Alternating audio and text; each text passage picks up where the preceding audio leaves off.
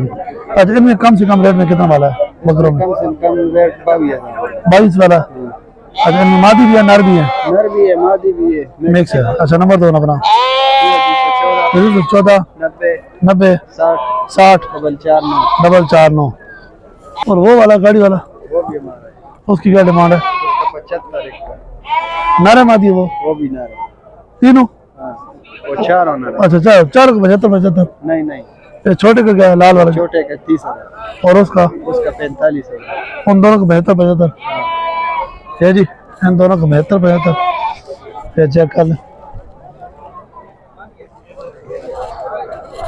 ये चेक करो जी।